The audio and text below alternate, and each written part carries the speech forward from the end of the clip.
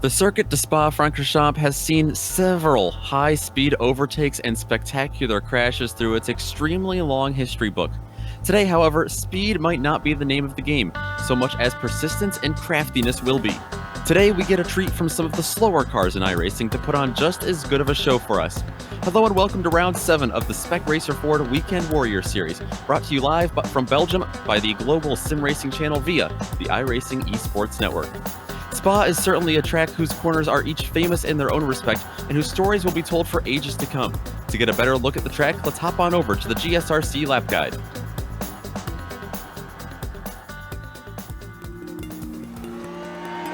Welcome to Spa-Francorchamps. Less than an hour's drive east from the German border, this Belgian track has come to define racing for many different eras in the sport. It's no wonder it continues to entrance drivers when you look at the stats. The 7 kilometers over the course of a lap includes more than 330 feet in elevation change as it weaves its way through the Ardennes forest. Packed into this is 19 turns, some of which are considered among the most famous in the world of racing. Corners like La Source and Blanchemont have been on the lips of drivers for decades. But by far the most notorious is Eau Rouge and Rétillon. Typically referred to in name by just the first section, it dips low and swings left, then compresses and climbs to the right up a massive hill. The sequence ends with a completely blind crest that sweeps to the left and leads onto the incredibly long Kemmel Straight. The bravery required to be fast through there will pay off towards one of the most popular passing spots at Lacombe. Eau Rouge is exemplary of the rest of the circuit though. Most of the turns are incredibly fast and many include much of that signature elevation change. As jaw-dropping as the track is, you have to remember that this is the modern truncated layout. The old one, raced until 1979, was 14 kilometers in length, yet carried an average speed of 150 miles per hour. Present-day safety measures do cut down on the danger, but even in recent history, the circuit has proven deadly. It's clear why this track continues to be revered and respected by racers the world round.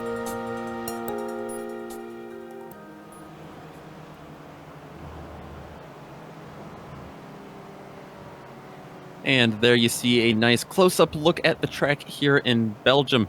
To bring you all the action today on GSRC via IESN will be yours truly, Nick Schmeg, joined by Ryan Walker. Joe Peak is in the director's chair today, and as always, he'll be using cameras provided by Dougie Beard. Now, Ryan, a lot of people definitely familiar with the circuits here at Spa-Francorchamps, but a lot of people not. So for those viewers new to the circuit, why don't you give us a little more information on the track? So yeah, some details about this fantastic circuit, the Spa-Francorchamps. As we all know in real life, it's famous for hosting the Belgian Grand Prix in Formula 1 and also hosting the 24 Hours of Spa. And today it will be host to the Weekend Warriors. But some little details, the track is 4.35 miles in length, or 7 kilometers, whatever way you want to look at it. Today we'll be using the Grand Prix layout, and it has an amazing 19 turns. Yeah, all the 19 turns here, certainly amazing. And another amazing part of today's broadcast is that, as always, the Weekend Warrior Series is brought to you by Sim Stickers. Whether it's button boxes, steering wheels, or keyboards, they've got you covered. And now if you use the promo code GSRC10 or GSRC10 when purchasing, you're going to get 10% off all orders for the whole season. You can find out more information at simstickers.co.uk. As we move along here in the season, over halfway now, points are definitely becoming more and more of a thing to worry about in the back of drivers' minds. Ryan, you've got the Spec 1 points for us today. So at the moment, Spec 1 is currently being dominated by David Gaspers. I don't think we've come to expect anything less from him. And at the moment, he's being closely followed by Narizzo Naselli in second place, and then Daniel Sadro rounds out the top 3. And then Michael Dobek having a good season so far with good results and currently sitting in 4th place. And then returnee to the series is Jonathan Madden, rounds out the top 5. Yeah, drivers getting a little bit more separated over there. Over in the Spec 2 points, we've seen domination from Erwin Rotkrins, who is actually in the overall standings in 8th place. So he is just as good as a lot of these, and even better than some of those Spec 1 drivers out there on the track. He's 40 points over Aaron Vagley right now, who's not quite letting him get away yet. Dominic Bureau behind them as well. And then it gets very tight behind them. Brian Short and Kenneth Batley, among others, back there tied. Actually, Kenneth Batley tied with Jim McGill for 5th as well. They're 77 points back from Rotkrins. For viewers new to the track, you already gave us the track information, but for viewers newer to the series, Ryan, how about some race details? So yeah, details for anyone new to this, that's new to watching the series or is wondering how the series works. Some details about it. This is round 7 of 12, and the setup as always are opens, but you cannot change the fuel limit, which is limited. So a mandatory pit stop will have to be made, and the race length is 40 minutes, and the points are rationed out from 100 down to 25. And with regards to the incidents, it will be minus 3 points for each 10 incidents. And as always, if you have a big crash or a big accident or anything like that, you get one fast repair and you get a new car. Yeah, a couple interesting things to note there. I wouldn't be surprised if we saw a few drivers use that fast repair, but also Spa, we know, is notorious for those off tracks. Minus 3 points every 10 off track or 10 incident points. I wouldn't be surprised if we saw some drivers come away from this race with some penalties. We're watching qualifying right now, and as always, we're watching this on the iRacing Esports Network. Make sure to subscribe down below for some fantastic racing. Definitely a busy weekend for iRacing. A couple of the drivers missing today's race actually because of their commitments with the Nürburgring 24. Aaron Vagley, most notably, involved in that. It looks like a couple other drivers as well. But we still have quite a few, over 50 drivers out there on track and qualifying. And right now it's looking like a peloton of cars. Yep, absolutely. And at the moment, with Spa-Francorchamps being along track as well, people try and use another car in front of them as a slingshot to try and get a slipstream and try and improve their lap time as much as possible. And like you mentioned, there's been a few drivers in the series that have took part in the Nürburgring 24 this weekend. The likes of Dominic Bureau, Daniel Sadro, and a few other weekend warrior drivers as well. And they're here tonight or today, wherever you are. So yeah, fair play to these drivers. That's dedication. Certainly is. The draft here, obviously huge. A couple that might allow a couple of drivers to jump into the top 10 in the running order that we don't normally see. Jonathan Madden, he is on top of things right now. He's got 0.6 of a second faster than David Gaspers. That doesn't surprise me. Jonathan Madden's win this season came at the Charlotte Roval. He knows how to get it done in these pack race type scenarios. Yeah, absolutely. And Jonathan Madden, like I mentioned at the start of the broadcast, made his return to the series a couple of weeks ago, and he's been on form at the moment like he's never been away, and he's been giving the likes of David Gaspers and the Selly a run for their money, so don't rule him out of possibly taking victory tonight. There's Miroslav Juracek, who finds himself down the order quite a bit. There's Claudio Ferrari.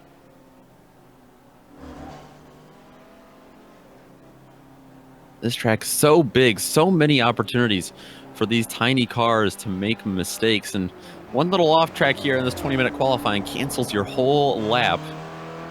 But it looks like most of the big names have gotten a lap time in.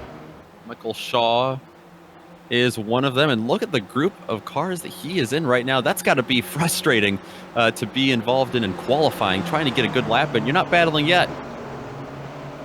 Yeah, absolutely. Spa as well. Like I mentioned, you've got the opportunity to try and get a draft off someone or try and slipstream someone, or someone behind you can try and get a slipstream off you. So it's kind of one of those situations that you can lose out or gain as well. So, and this pack at the moment are so close together, they're kind of hindering each other in a way.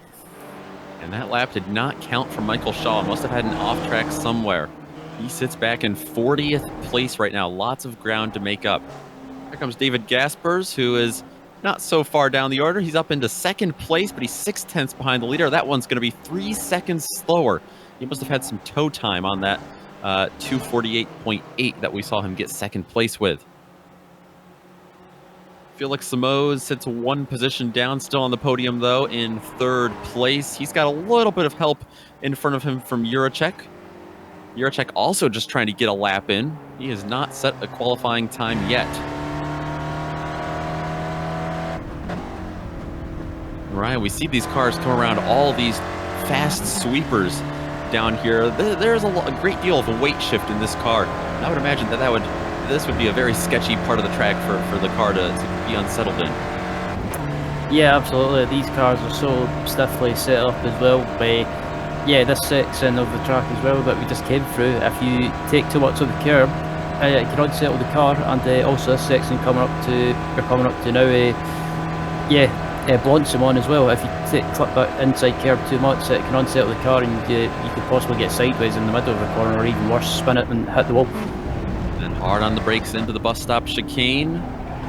Goes Samos. He's going to get held up a little bit by Gorka Iturrate. In front of him, Miroslav Juracek able to get by Gorka.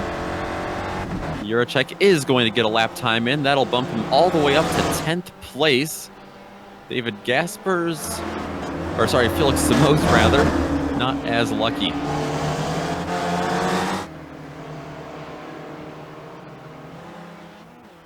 Got a few more minutes for drivers to make one or two more laps. There's David Gaspers. Now we're going to take a look at Erwin Rotkrans, who's up into 5th place. You can't say enough about his season so far. I mean, contending with Spec 1 drivers every single week. He almost came away with an overall win a couple weeks ago at Donington. That was actually back in round 3. With some bad luck there. Demoted him down the running order. And he sits 5th here overall. Yeah, Erwin seems to be, he's having a good season so far, and yeah, like you say, he's been up there challenging the Spec 1 drivers and challenging for overall wins and overall podiums as well, so it's good to see. And I think it's I wouldn't rule him out of being promoted up to the Spec 1 class next season if he keeps up his current form at the moment. Yeah, definitely. Interested to see how he fares there, assuming that's where he'll be. Now he's got a little bit of company up there in terms of Spec 2. Kevin Bubar is only 2 positions back in 7th place. Bubar sits down in 22nd in the Spec 2 points. He's only been able to come to a couple of races this year, but he was here last week at Sonoma, and that bumped him 3 spots up in the standings. So definitely great speed out of Kevin. We'll have to keep an eye on that. Here's Nico Schuk.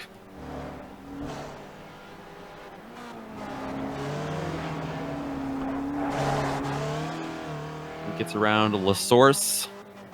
Certainly going to be a point of interest, I'll say, for a lot of drivers on lap 1. A lot of opportunities there, but a lot of opportunities for some danger as well. Yeah, and I think these drivers are going to have to be very, very careful in lap 1 as well, especially with the field being so bunched up and so tight together.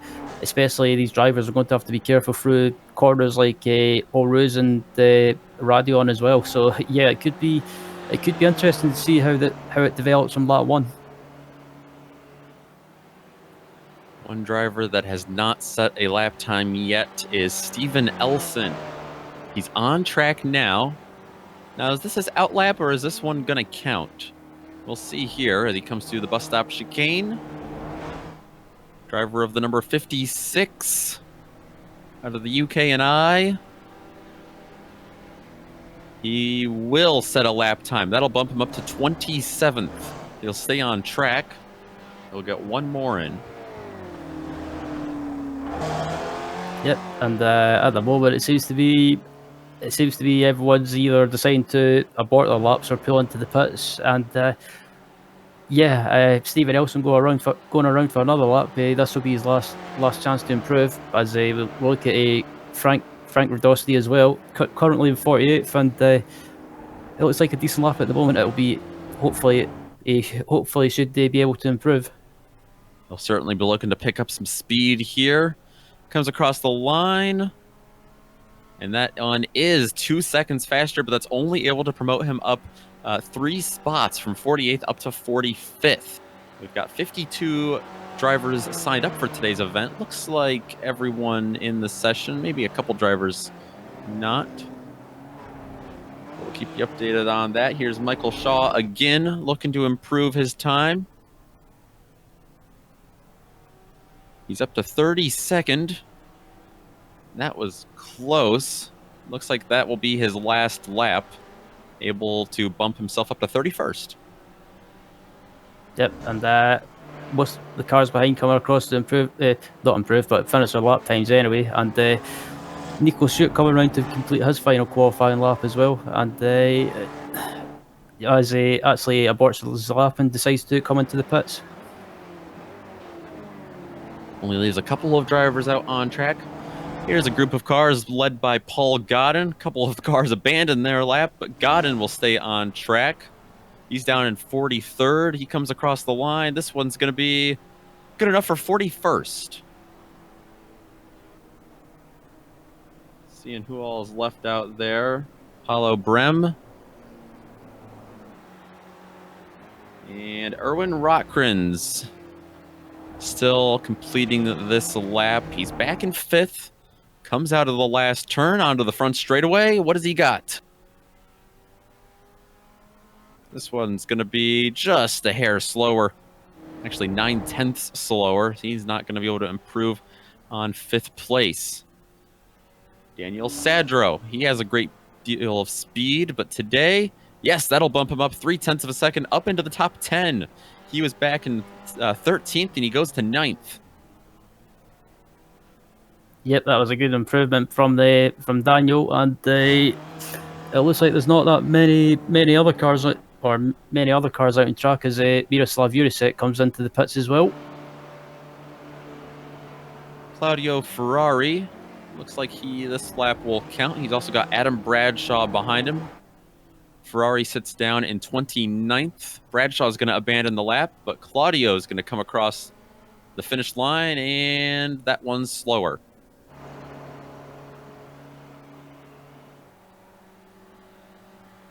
Looks like Frank Radasti is going to be the last driver here. He's back in 45th. 48 drivers have set a qualifying time. Trying to hit his marks up on the curbs. That looks wide.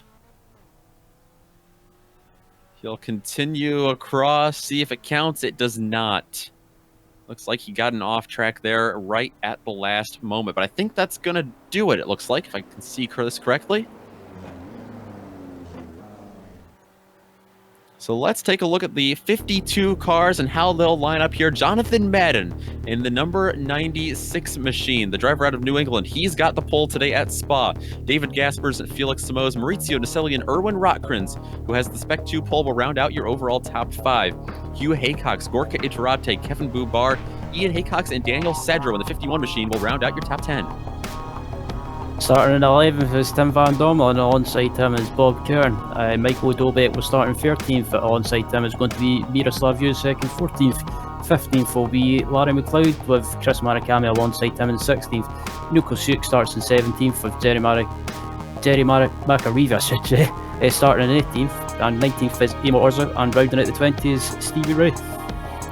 Behind them, you'll find Antonio Reese, Miro Hiratsky, Francesco Bernardo, and a couple of Spec 2 drivers, Tom Gradwell and Dominique Bureau, all fighting for points. Will round out your top 25. Ed Doherty, Adam Bradshaw, Steven Elson, some big names there, followed by Claudio Ferrari and Daniel Andronov will round out your top 30.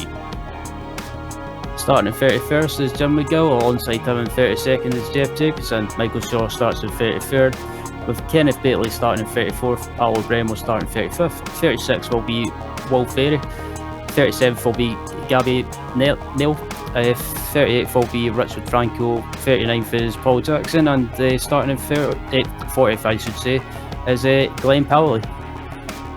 Behind them, it's going to be Paul Godin and Jeff Cantor making up row number 21. Then we head back to 43rd, where we will find the Buckeye, Gary Wolbott, Simon Mayer, and Frank Radasti in 45th. 46th, 47th, and 48th go to Kurt Nunez, Andrew Cox, and David Swig. They're the last drivers to set a qualifying time. Drivers behind them, it's going to be Rick Hansen, Alejandro Liro, Sam Dick, and Robert Ile. And it looks like Liro not in the session, but the other three are. So as of now, we've got 51 drivers in the field today. Drivers gridding up here. It'll be a shortened pace lap. Thankfully, they'll be down here at the bottom of the racetrack. And it is a big pack of cars that will follow the Porsche up to the bus stop chicane, and off they'll go, hopefully cleanly through the source and up Eau Rouge.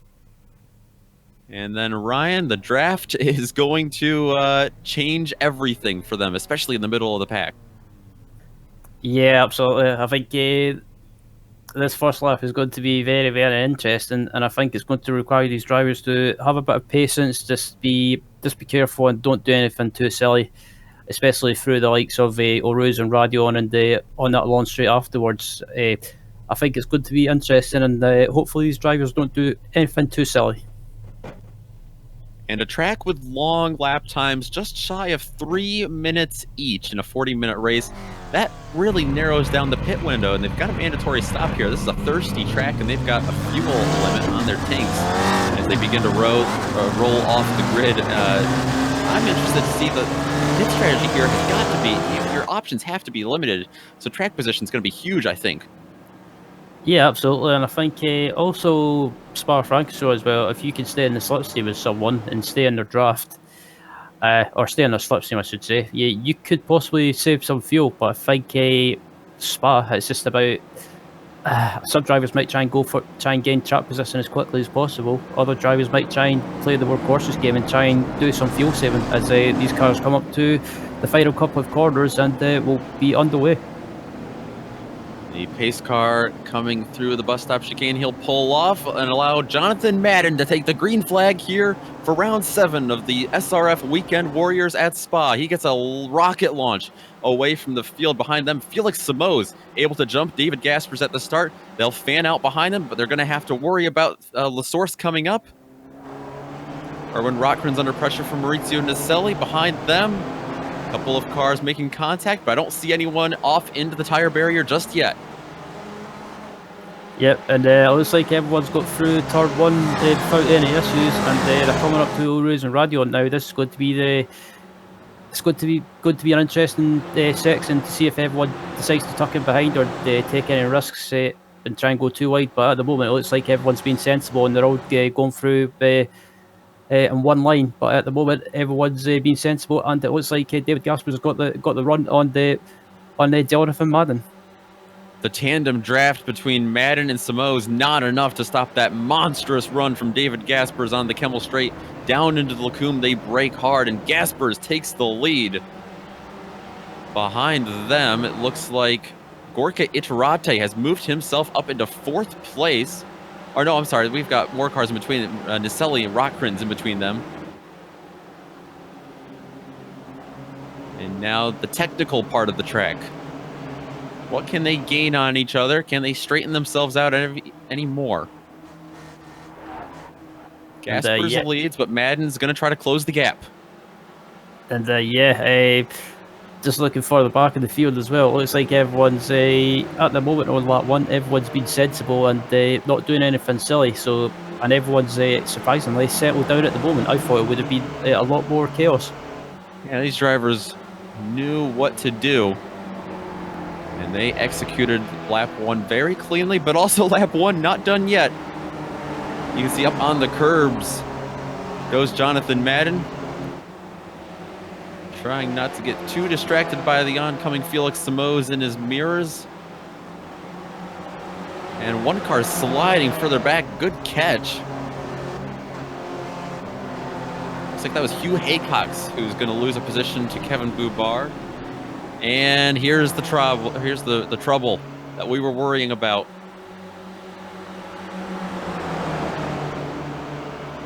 We'll take a look at that later. Our leaders bunching up. Madden to the lead. Gasper's going to try to fight back on the outside. Into the chicane. Madden with the preferred line for now. It's going to switch back in Gasper's favor. It's going to be a drag race on the front stretch. Yeah, these guys are going too wide. And massive issues behind them. Oh, who is that? Kevin Bubar has gone tumbling.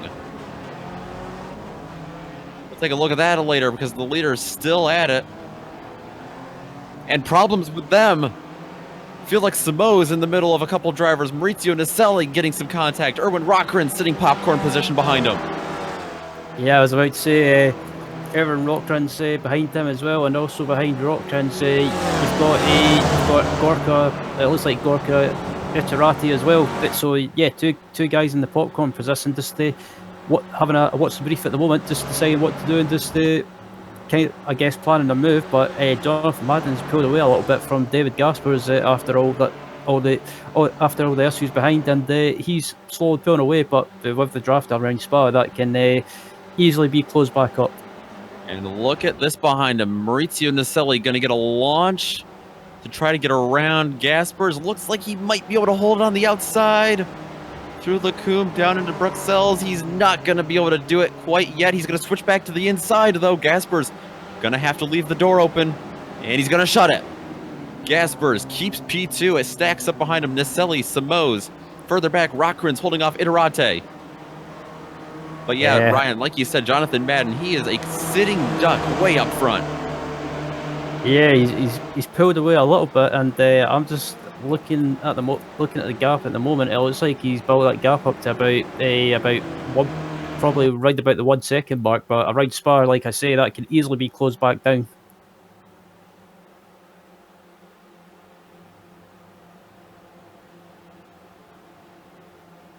And it looks like we're going to take a look at Kevin Bubar. This was the incident. This is before that, actually, or incident further back. This was Miro Hradsky. Now we'll see Kevin Bubar, who had quite an acrobatic bus stop chicane. You'll see him go wide, and I think it's when he rejoins the track that the problems will unfold for Kevin.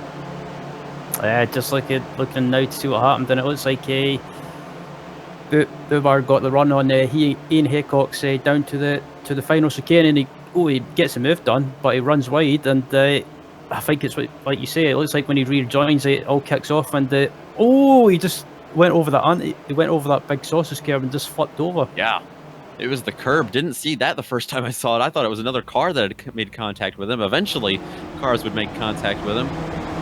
That curb really caught out these low-riding SRFs. And Bob Kern has had an issue. It sounds like it's kind of stalled out there in the way of some oncoming traffic. He's falling down through the order very quickly. The number 6 machine. Oh, and this was involving Tim Van Dormelen. That is what kicked this off. Van Dormelen trying to squeeze underneath the number 6. Yeah, it looks like Kern was trying to make a move on Michael Dobeck, and Dobeck maybe just slowed down slightly. What's caught Bob out, and or might have caught Tim out, and Tim accidentally just went into the side of Bob Kern, and just after that, Bob Kern had issues and got big damage. And I was quite surprised that Kern never dived into the pits to try and repair that. So back live, we see Jonathan Madden still our leader by a decent margin. Now behind them, David Gaspers has gotten to second. Naselli, Simoes, and Rotkrins have settled into second, third, and fourth, and fifth. Iterate, Sadro, Haycox, another Haycox, and Juracek behind them lead this lead train. We see this a lot at Spa, Ryan. The drivers just kind of break into these draft trains. They try to gain in on one another. They'll break off in certain pieces. Yeah, it always seems to be the case with Spa. It all bunches up at the start, but as soon as the race progresses and starts to go on a little bit, you start getting, like you mentioned, the pack normally splits into like the two packs, one up at the front and one in the midfield, and that's what it looks like what's happening at the moment. Looks like these drivers are having to be extra careful over these curbs. David Gaspers leads this pack. It looked like they closed in, at least visually it looked like they closed in on Madden, but I don't think they did. That's about a 1.4 second lead that Madden has stretched out. Maybe we'll see a good look at that when they come back on the Kemmel Straight in about half a lap, or actually from here about a full lap. Good run here from Felix Simoes on Maurizio Naselli for third.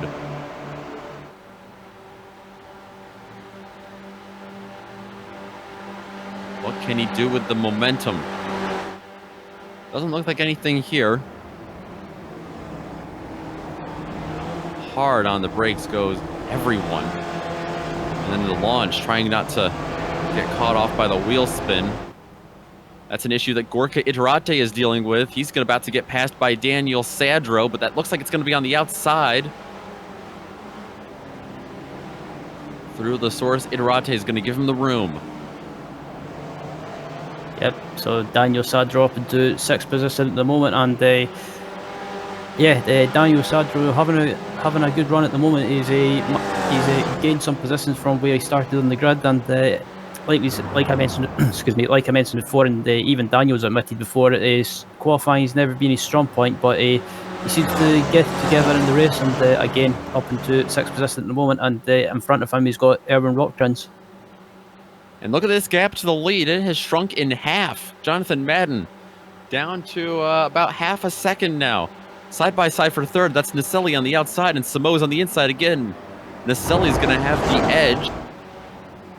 But look at this. Jonathan Madden's lead vanished on the Kemmel Straight, and because of the draft, David Gaspers has reeled him back in.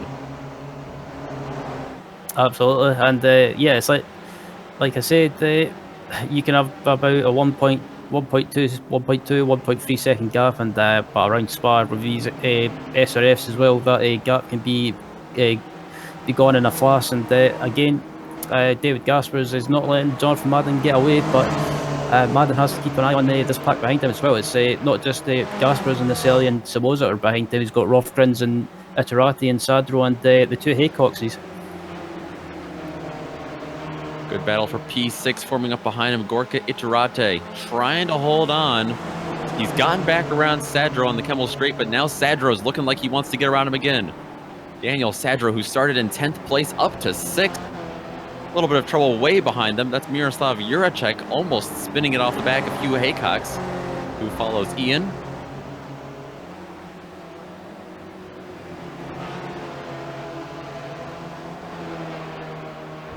Taking a little look back up front because Jonathan Madden finally under pressure. It's David Gaspers who has a huge run on him. He's got the inside here, all the way down to the grass. Madden's going to go all the way out to the berm of the curb. He's going to try to set something back up. Is Madden going to have the run? Gaspers goes defensive for the bus stop chicane. And then they switch back. Gaspers will hold it for now. And we've got our new leader. It was the #1 machine who started back in 2nd. David Gaspers, who looks for his 2nd straight win today. And it'll be interesting to see if Madden does the same thing through Oruz and Radio, and if he tries to set up a move on Gaspers and tries to slipstream by him. But riding on board with Erwin Rothgrins, he's behind Felix Samoas as well, who's been having a decent season so far. And but I wonder if I was Erwin anyway, I would just sit behind these guys and maybe try and save a little bit of fuel. He's going to need to save about 3 minutes of fuel to stretch out another lap. Now back for the lead. Madden's going to slingshot around Gaspers again. And for 3rd place, Samo's going to slingshot to the inside of Maurizio Naselli. Naselli's going to let him have it for now. And he'll let him have it permanently. Samo's trying to hang on to that position. The 44 all over the back end of him. He will be able to get away cleanly, though, it looks like. And Rotkrins, yeah, like you said, he definitely had the slipstream there. He had the toe, but he chose not to use anything. He's going to take that Spec 2 lead that he's got big time over Dominique Bureau in 19th place. And just kind of take it easy for now. Yeah, I mean, Erwin, he's doing well in the Spec 2 Championship. All he needs to do is just, even if he finishes where he is, he would take the Spec 2 1. So, yeah, just think of the long game. Think of the points, and don't do anything stupid. Yeah, here you see Dominique Bureau, who's back in 2nd place for Spec 2. That's 19th overall. That is a huge gap to make up. He's following Ed Doherty and Steven Elson in this train for 16th place. Like you can see here, just all sorts of these 3-4 car trains forming all over the track just to keep the draft with one another. Right in front of him, Stevie Ray leads another one of Larry McLeod, Jerry McAreevy, and Emil Orza.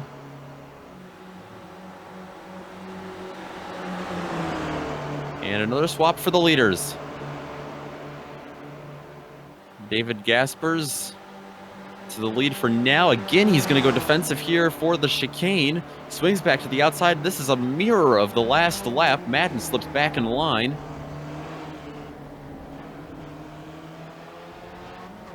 Behind them, Rotkrins is caught Naselli for 4th place.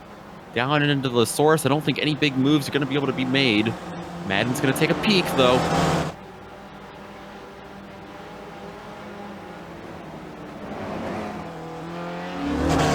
Blinks out there for a moment. Hopefully that does not affect him badly. Yeah, still gone though. Yeah, he's fallen down the order. I don't know if he's had a... I'm going to have a look in game and see if he's had anything like a throughput error, but I can't see anything on my screen at the moment. We will keep an eye on that, because that would put David Gaspers in a very bad spot. That's what we saw happen to Madden before when he was out here all alone like a sitting duck and got overtaken easily by everyone else. Meanwhile, behind him, Simoes and Naselli taking a different direction. Naselli giving a little bit of a bump draft here. So no contention for 2nd place at that time around on the Kemmel Straight. Maybe some fuel saving from Naselli and Rotkrins, like you said, Ryan. Yeah, absolutely. And this battle for 12th at the moment is going on between, it looks like Larry Michael, I was going to say Dobek, but it looks like Larry McLeod, Jerry McAreevy, and Stevie Ray. And behind these guys as well in this pack is Emma Orza. Yeah, McLeod got around both McAreevy and Ray this lap, but McAreevy wants that spot back. This time it's for 12th place. To the inside he goes. He gets around McLeod cleanly. Ray and Orza follow, and we just saw it come up on the iRacing screen. Jonathan Madden has had a throughput penalty. His connection has taken him out of the running.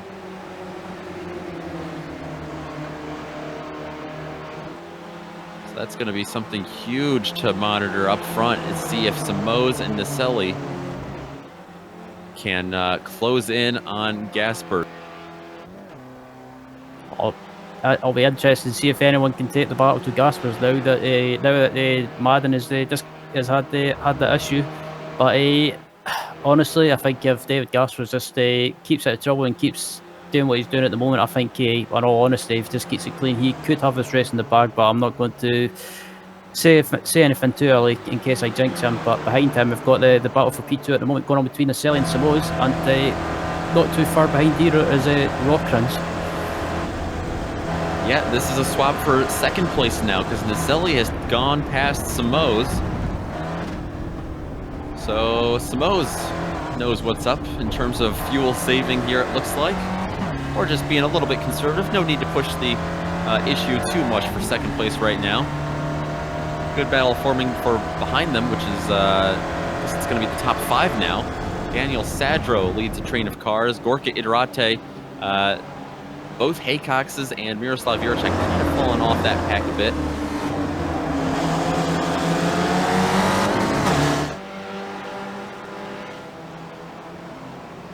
And Ryan, can you guess who our first scheduled pitter is? Let me guess. It's Stevie Ray. Ding, ding, ding. Stevie Ray into the pits. And he's got company in the form of Steven Elson, so he's going to have a bit of a drafting partner as then they get back out on track. But we are almost halfway through this race. So that window might be opening up for some.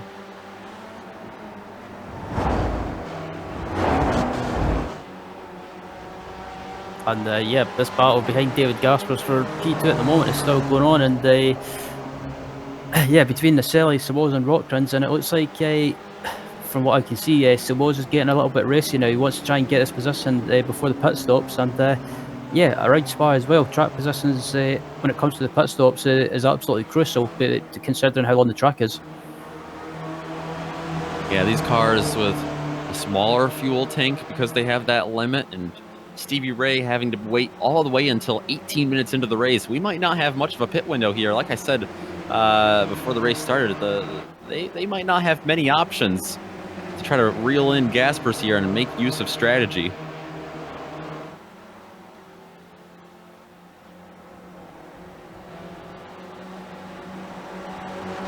Meanwhile, further back here, you see drivers. This is the battle for 6th place, or 5th place rather, because Iturrate has gotten around Daniel Sadro there leading this group.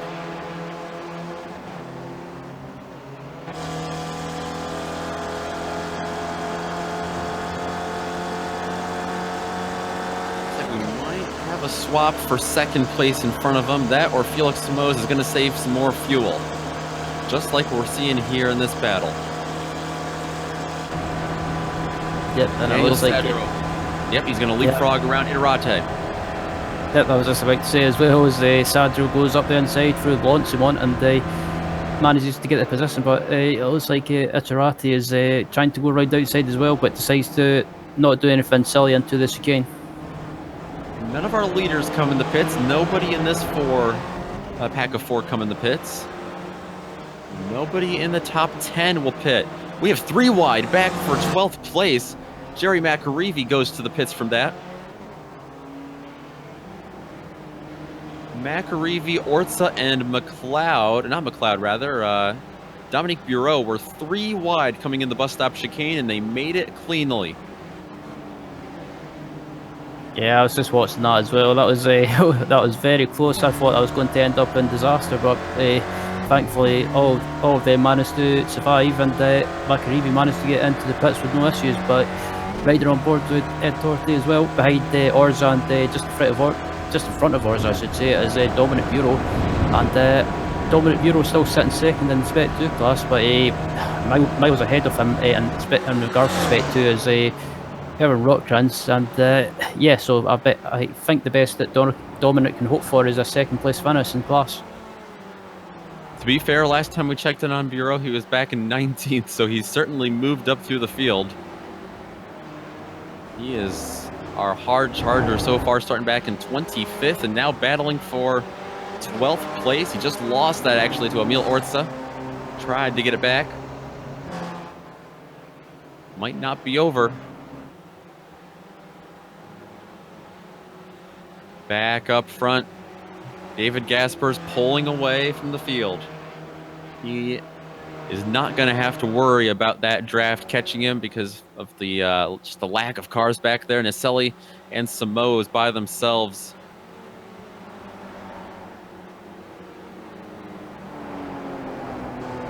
Rockkrans, who was able to leapfrog both Nicelli and Simoes. Wonder if this is going to be an incoming pit stop for those 3. Quite possible. I think these guys, I'm expecting these guys to probably pit within, if not at this lap, probably within the next lap or next 2 laps at least. Definitely a bit of a sketchy pit lane for these drivers to have to manage. So they're going to want to get these battles sorted out, like we see here. Felix Simoes all over the back of the 44 of Nicelli. Gaspers is coming up on the pit lane. You see him far ahead, and he's gone into the pits. Meanwhile, Simoes will follow him. However, Nicelli and Rockkrans will stay out. So a couple of differing strategies here. This makes this very interesting. Gaspers taking the early pit.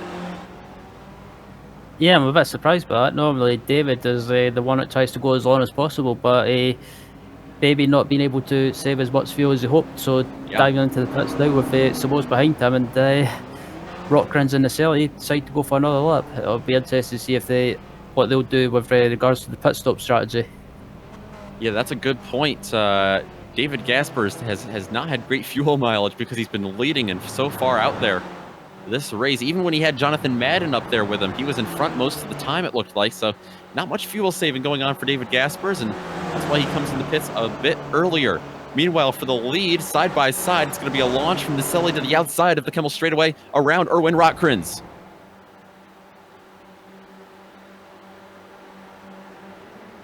Some side-by-side behind them. That'll get sorted out here as Sadro settles in front of Gorka Idirate, Ian Haycox, and Hugh Haycox, who continue to just save fuel behind them.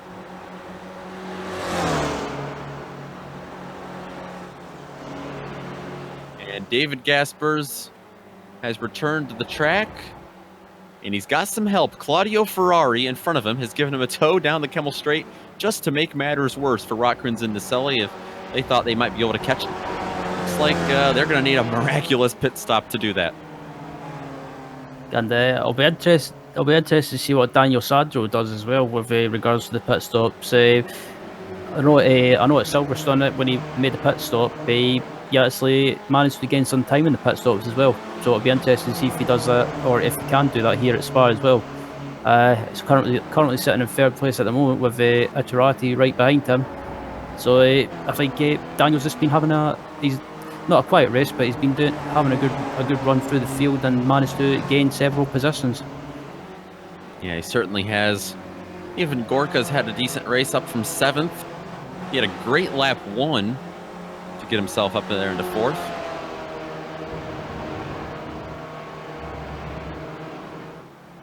Our leader's quite a ways ahead of him. We'll keep you updated as to whether or not they come in the pits this time. Naselli and Rotkrins. Not going to be an attack from Rotkrins here. In fact, maybe a little bit of fuel saving on half of Erwin Rotkrins to make it here. I'm not sure if they're that close on fuel. Either way, they're both going to veer right into pit lane. Gorka Idirate, Daniel Sadro, Ian Haycox, Hugh Haycox follow. Miroslav Juracek is going to stay out on track. And he has not been able to fuel save too much in this race, I don't think.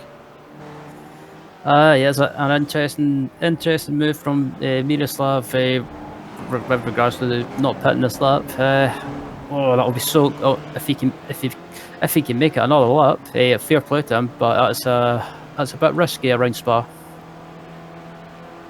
Yeah, definitely risky. I'm not sure what the payout is going to be if he's going to have throttle this entire lap, unless he knows something we don't. He was behind that train of cars, but he was having to, full throttle to keep up with them because he did slip back quite significantly. He was kind of a loner most of this race. Unless the reason he slipped back was fuel saving, but I can't imagine he's going to have too much left in the tank. Meanwhile, Naselli and Rotkrins have come back out on track. Rotkrins fell way behind all of them, actually. And just looking at his pack as well after the pit stops, they're real close. So I think if this pack behind Gaspers closes right up towards the end of the race, this pack of 1, 2, 3, 4, 5, about 5 or 6 cars, we could be on for a big battle for the final 2 steps on the podium. Yeah, Gorka Idirate, great stop from him. He jumped to Daniel Sadra, who he was battling with, but also extended that lead over Ian and Hugh Haycox, and of course jumped Erwin Rotkrins, who must have had a bit of a slower stop. Oh, Idirate goes really wide there. Good catch for the 41. Oh, and Hugh Haycox has gone off behind them. Haycox into the wall.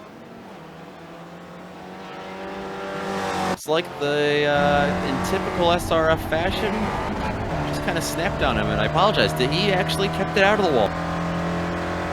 Yeah, just riding on board with him as well, and just to see what happened, and it looks like he might have just lost it. Yeah, it looks like he lost it by himself, and he gets sideways in the middle of the corner, tries to hold it, and just spins it around, or half spins it. Whether a half or a full spin, he's going to lose a great deal of ground to the cars he was battling with. He's going to be all by himself. And we were wondering if Miroslav Juracek was going to be able to make it on fuel. He has indeed made it on fuel. He's here in the pit lane. I'd imagine he comes in here. He does. So he was back in 10th place before that strategy commenced. I'll be interested to see where he's able to cycle out. Yeah, fair play to Miroslav. He managed to save fuel to do another lap, and I'm quite surprised by that, considering he wasn't really following on another car that closely in the slipstream. So credit to him. So I think he'll come out right about probably in the top 10 or close to being in the top 10. Well, they're going by him now. The leaders are, at least. Juracek sits in his stall, and he's away. And he's going to come out, looks like just about right where he was. Behind Ian Haycox quite a bit, and he's going to come out in front of Hugh Haycox, but that was because of his spin.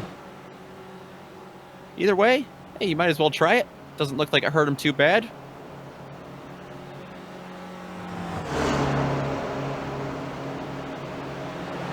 Our leaders have settled down a little bit of a side-by-side battle between Michael Dobek and Ed Doherty right now. They go through Eau Rouge side-by-side. Dobek's going to be able to hang on to that position. He slips ahead of that. And a big train of cars back here. Yeah, I was just about to say this big train of cars, this battle's been going on for since the pit stop's finished, and second place man in Spec 2, Dominic Bureau, has to be careful. Oh, I thought, oh Jesus, that's a bit risky, boys. Just chill out. Yeah, they are very close there. Looks like some fighter jet formation. Stevie Ray slipping through all of them. And some contact, Stevie Ray. Hold on to it. Steven Elson off into the gravel. Into the wall hard goes Elson. They all go by, but they're still battling hard. Dominic Bureau has slipped in front of them all.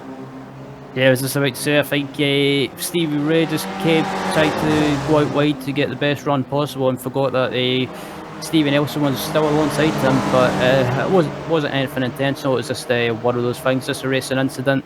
But as I just going to the replay to see what happened, to take another look to see what happened, and it was just an unfortunate incident for Elson. Into the wall Elson went, and that was a hard hit. Stevie Ray tried so hard on the inside to hold that line, but he had such a big run, and he just kind of lost it. Yeah, Elson has retired from the session as well, unfortunately, so that will end his day here at Spa.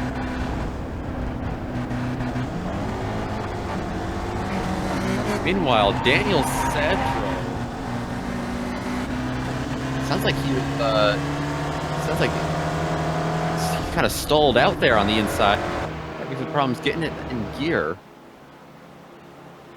Yeah, I was just watching as well. It looks like Stevie tried to get into gear and it just wouldn't do anything. So I was unfortunate. I've been in that position before when it's trying to get into gear or missing a shift. It's you're just so busy focusing, trying to concentrate on that. But that was just unfortunate. And Dominic Bureau getting a bit of bump drafting from Ed Doherty, and oh Jesus, Ed, that was a bit close. I thought he was going to spin Dominic around.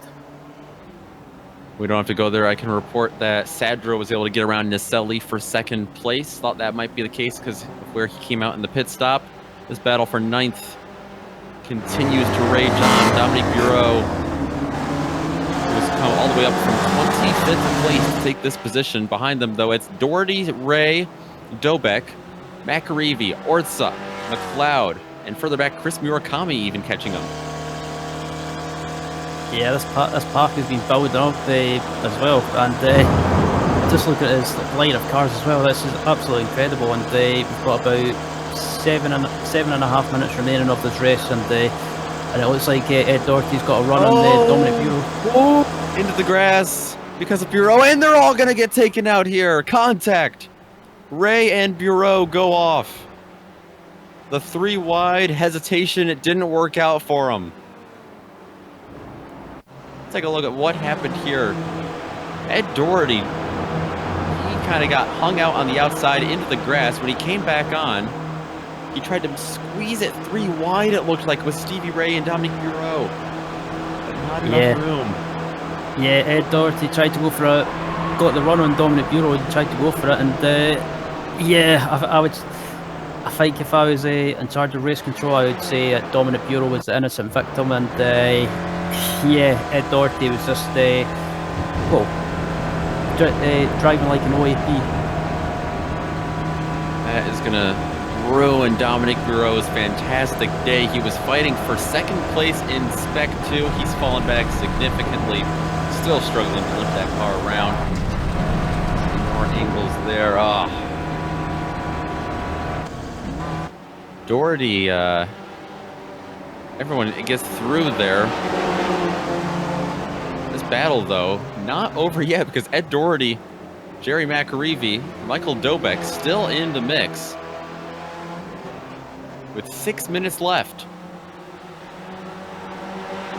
And yeah, look who's been making progress through the field as well. The gaining positions while all that happened was yeah, fellow Scotsman, my fellow Scotsman, Jerry McAreevy, just picking up the pieces and picking up positions where other people were just having issues, and trying to go around the outside of Ed Doherty and to launch him on. That's a bit risky, Jerry.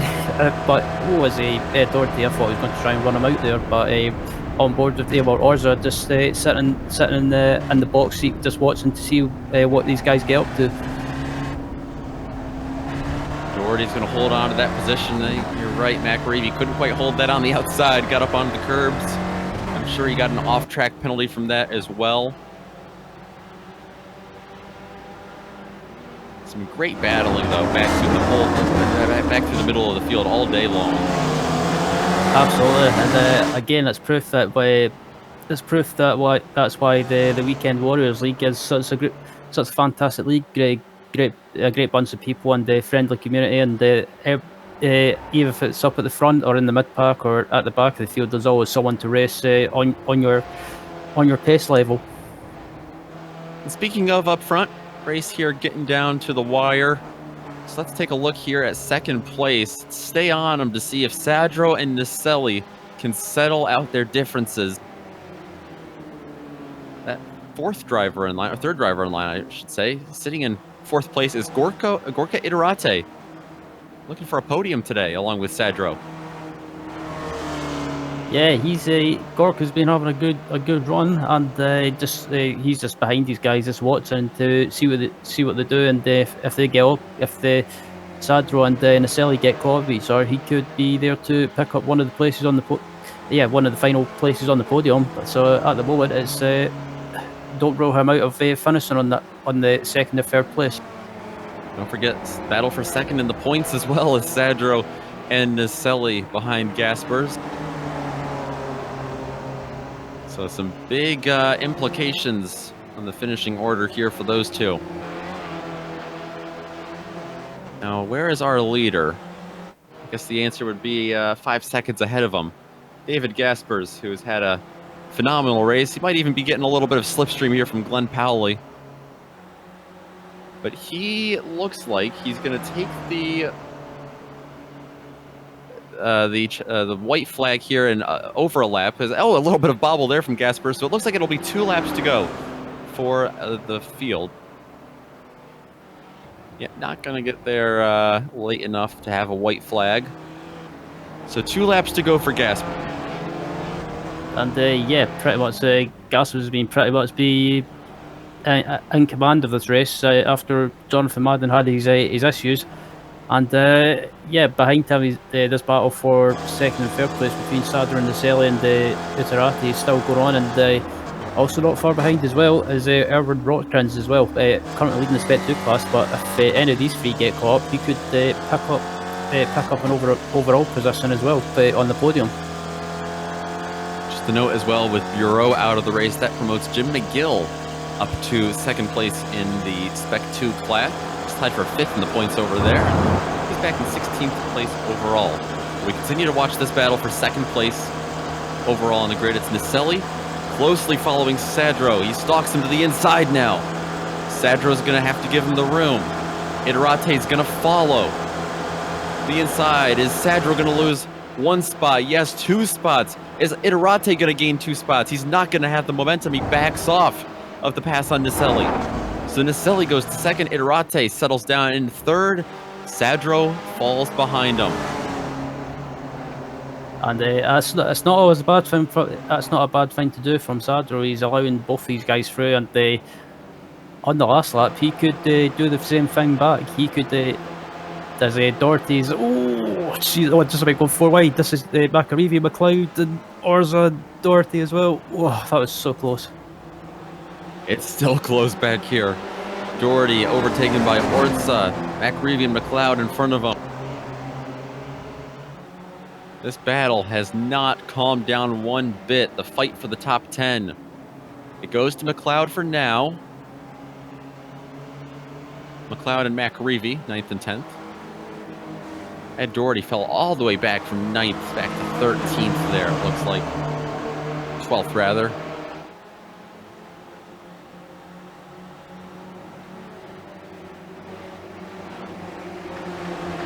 There you see them all snaking down through. And no one able to really gain on each other here, just staying together.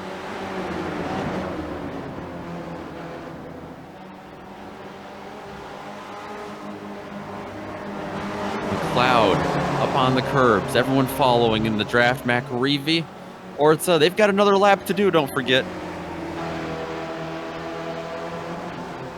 As David Gasper is close to taking the white flag, he'll come through the final chicane now.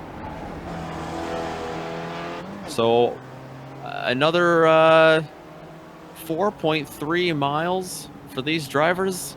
A lot of action left in this race.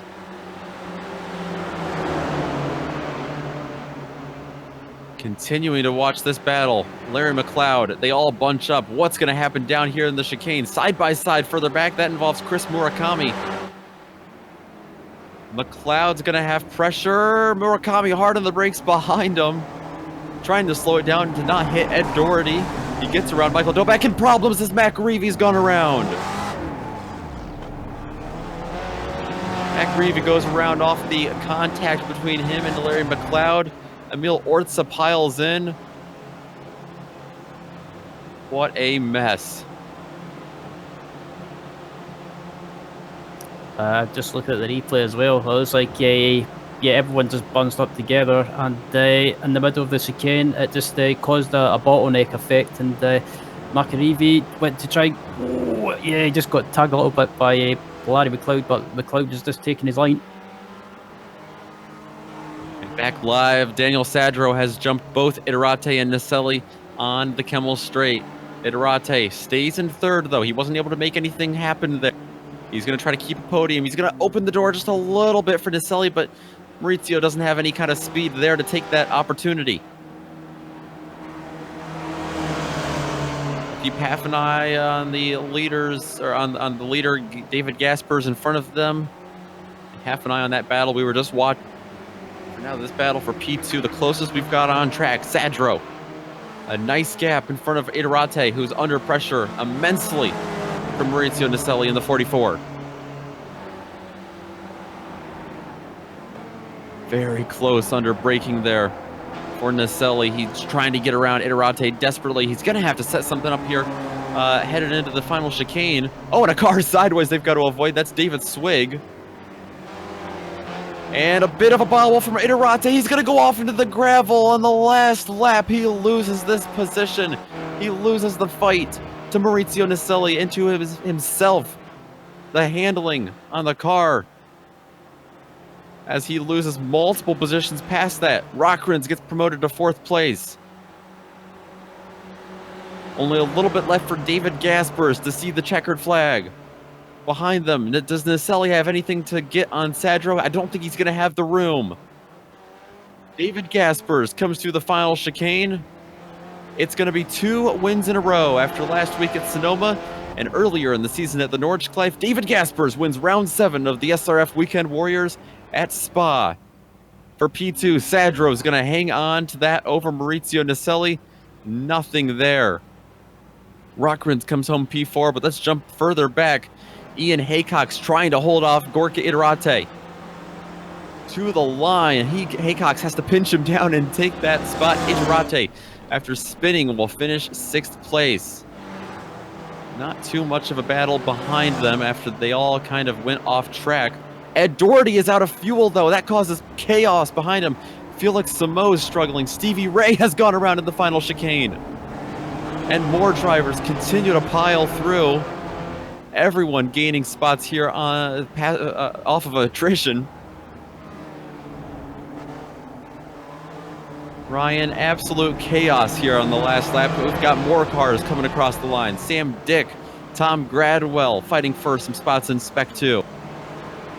Yeah, that was absolutely crazy. That was a crazy final lap, and toward the running out of fuel, he was in the middle of the track, and Samoa's tried to avoid him and clipped the grass a little bit, and I'm amazed that he never piled into anyone.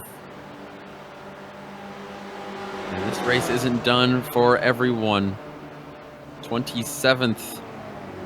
Look at this, Tim Van Dormelen, 3 wide around the outside. That's Paolo Brem in front of him. He's not able to get that spot, but he is able to get past Gary Wolbott behind him in the 215. To the line, Brem in front of him, but it's Van Dormelen over Wolbott just by a nose.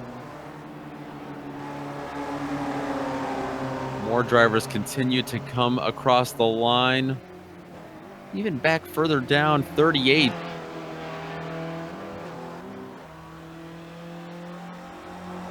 We see drivers here coming across. That's the 273 of Richard Franco. And Michael Shaw in the 55, who had some early issues. Shaw with a big bit of speed on the outside. Can Franco cross him over? Sporting that Ford EcoBoost paint scheme on the Spec Racer Ford, he jumps to the outside. So Shaw's going to go defensive for this position. To the chicane, Franco's not going to push the issue. Is Shaw going to be able to hold on to that grip? He is indeed. And they'll come across the line exactly in that order. That is going to do it. What a race we've just seen here at Spa. Only 16 laps that these drivers put on, but we'll be back with a full rundown of results and driver interviews.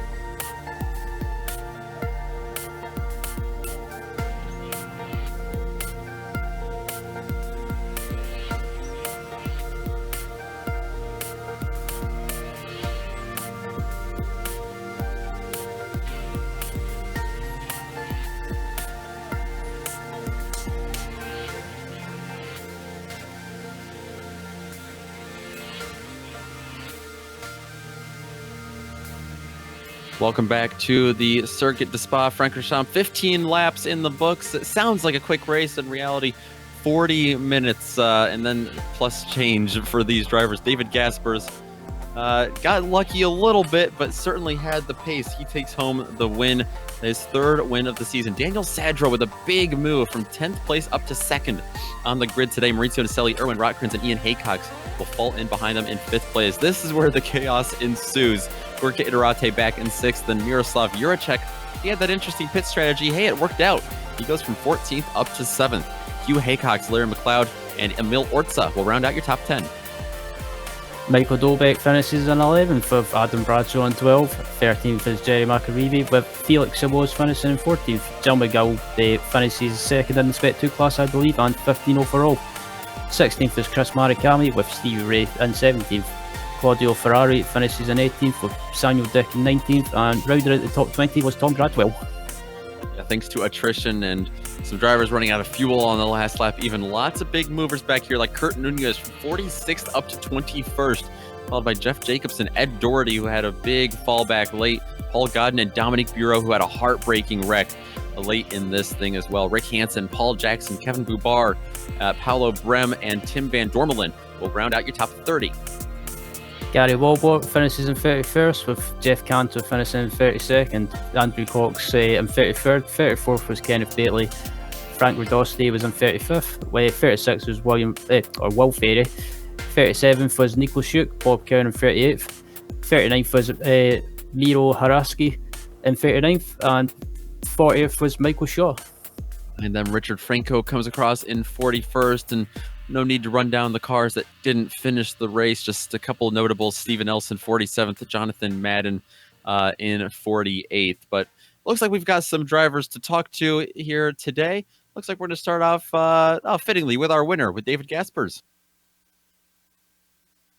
David, that was a great race that we just saw, but it looked like, I mean, the draft obviously huge, but you got to first with help of Jonathan Madden, and then he kind of had a technical issue, and you just had to sail home from there. Yeah, I couldn't really get any draft in qualifying, so didn't have a chance there. But after I got hit in the starting phase, I had to catch up back to John, but actually helped us to get away from P3. But yeah, when he had that blue screen. Yeah, lap one certainly hectic for all of you. Take us through that as you're trying to keep your car on track and still in contention for a win. Yeah, the start was a bit tricky for me because I'm on a single screen, so I don't see anything on the right side. So I didn't know when John was going to go, and because of that, I directly lost the position to Felix, I think. But yeah, the draft is so strong here that I could just go back into the front. But start of lap 2, I think it was, I got almost got turned around in turn 1. Yeah, well, you had a nice quiet day after that, it looked like. So I got to ask you about next week. We've got we're going from a big track here at Spa to Brands Hatch Indy circuit. How are you feeling about that? In my opinion, Brands Hatch is a waste of space, so I'm not going to buy that, and I'm skipping the week. Well, we're going to miss you for sure, but it's congratulations on your win today. Before we let you go, anyone you want to give a shout out to? Yeah, thanks for the broadcast, of course, and also SimStickers for sponsoring.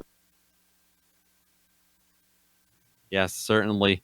Thankful to all the sponsors that come on here, like SimStickers, and all of the drivers like you. Congratulations on your win today. Fantastic show out there at Spa. Yeah, thanks. That's David Gaspers taking home his third win of the season. Ryan, you've caught up with the driver who finished in second place, but moved up quite a bit more spots.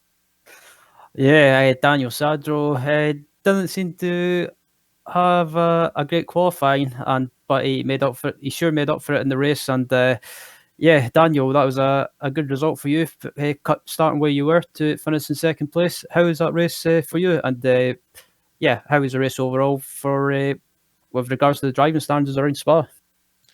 That was quite a bit of fun. With qualifying, I actually did not really get a lot of draft. On my fast lap, I had some help from Chris Murakami, so I'll thank him for about 2 or 3 spaces on the start there. It was just a kind of a survival race at first, and thankfully where I was, we seemed to be, competing very cleanly. We were just kind of hanging out there, and then people dropped off one by one, and after the pit stop, it became quite different. First of all, really unfortunate what happened to Jonathan Madden. He and Gasper should have had a lot of fun for you guys on the broadcast. Gorka and I we were just racing it was great. It was fun, very clean. We were working together, and then when we got to the last couple laps with Maurizio, I just kind of got lucky on where I had my car positioned on that last lap, and Gorka spun and kind of let me pretty much have it cleanly from there on. And yeah, I was about to say that battle between you and Gorka and Mauricio in the closing stages was great to watch. And like you mentioned, it looked fair and it looked clean. And yeah, did you expect to finish on the podium after qualifying, or did you just aim to finish the race and just see where you ended up? Well, I always aim to finish the race and do my best. I mean, really, I think I did my best, the best I could have done in the circumstance. The position, I mean, with Jonathan, with Felix, I think had a second pit stop in there. I mean, my second place wasn't because I was the second fastest guy. It was just because a lot of the other competition had issues. So I was happy with running as well as I did, but the position doesn't matter so much unless it's first. Good stuff. And before we let you go, are you looking forward to Brands Hatch Indy next week? I like Brands Hatch. The Indy circuit will be very interesting with traffic, with pit stops. But I'll put on the old brave face and do my best as always. Good to hear. Thanks for joining us in the booth, Daniel, and congratulations again on second place. And we look forward to seeing you on track at Brands Hatch next week. Yep, thanks, and thanks, guys.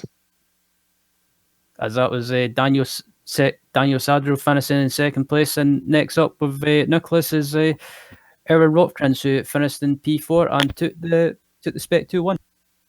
Yeah, another Spec 2 win for Erwin Rothkrans, who's joined me here, and fourth place overall. I mean, mixing it up with the Spec 1 drivers week in and week out. You've had a fantastic season, and it continues for you today. Yeah, hi guys, thank you.